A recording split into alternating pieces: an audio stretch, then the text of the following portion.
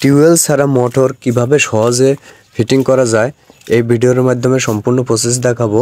তো ভিডিওটি স্কিপ না করে সম্পূর্ণ দেখতে থাকেন। সর্বপ্রথম আমাদের একটি এরকম ডাউন চেক বাল্ব লাগবে, যেটা বাজারে অ্যাভেলেবেল পাওয়া যায়। এর প্রধান কাজ হচ্ছে পানি চেক দেওয়া এবং বড় ধরনের বোরিংয়ের ভিতরে বড় ধরনের যদি কোনো ময়লা বালিটালি কোনো কিছু থাকে সেটা পাইপ দিয়ে মোটরের পাম্প যাতে না আটকে যায়।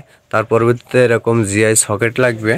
ইউপিভিসি সকেট কিন্তু আবার 1.5 ইঞ্চি পাইপের বোরিংয়ের পাইপের ভিতরে ঢোকে না, তাই জিআই সকেট নিতে হয়। তো সর্বপ্রথম আমরা এরকম সবার নিচে চেক বাল্ব লাগাই নেব, ডাউন চেক বাল্ব।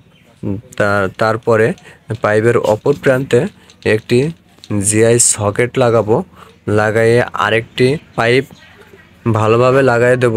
এরপরে দেখি 1.5 ইঞ্চি বোরিং পাইপের ভিতরে সকেটটি ঢোকানোর চেষ্টা করার পরে দেখি আমরা সকেটের বিটে আটকে গেছে। আর বোরিংটি যেহেতু দীর্ঘদিন ফেলানো ছিল, তার কারণে বোরিংয়ের ভিতরে অনেক আয়রন জমে বোরিংটাও ভিতরের দিক থেকে একটু মোটা হয়ে গেছে।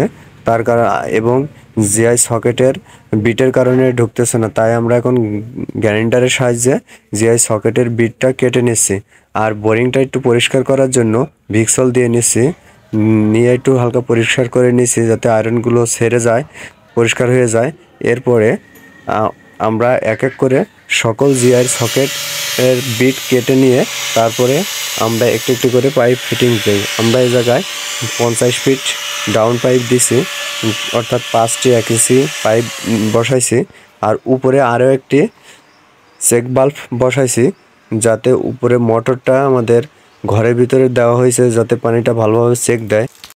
আমরা একইভাবে আরেকটি জায়গায় মোটর ফিটিং করছি, বিল্ডিং নির্মাণ হচ্ছে এই জায়গায়। তো টিউবওয়েল বসাবে না বাসার মালিক, শুধু মোটর বসাতে হবে, ফিটিং করতে হবে।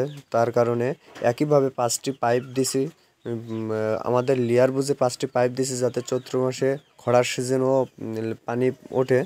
আর উপরে আরেকটি চেক বাল্ব দিছি। আর এই চেক বাল্ব লাগানোর সময় অবশ্যই খেয়াল রাখতে হবে তীর চিহ্নটা যে মোটরের দিকে থাকে, কারণ এটি নন রিটার্ন একদিকে পানি চেক দেয়।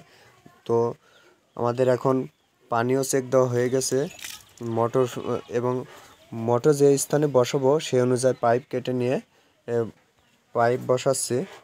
তো আমরা এখন মোটরটি ভালোভাবে বসায়ে মোটরের পুরো একটা ইউনিয়ন দিচ্ছি যাতে মোটরটা সমস্যা হলে খুলতে পারি। আর এবং মোটরের পাম্পে যেহেতু পানি নাই, তাই নাট খুলে এভাবে পানি দিয়ে মোটরটি পাওয়ার অন করে দেখবো যে মোটরে পানি ওঠে কি না। তো এখন আমাদের সকল কাজ শেষ। এখন মোটরে পাওয়ার দেওয়ার পরে মোটরের পানি ভালোভাবে উঠতেছে। আর আপনারা অবশ্যই যারা আমার চ্যানেলটি সাবস্ক্রাইব করেননি, যদি ভিডিওটা ভালো লাগে অবশ্যই একটি লাইক দেবেন, এবং পরবর্তীতে চ্যানেলটির বিষয়ে ভিডিও পেতে চাইলে অবশ্যই চ্যানেলটি সাবস্ক্রাইব করে নেবেন।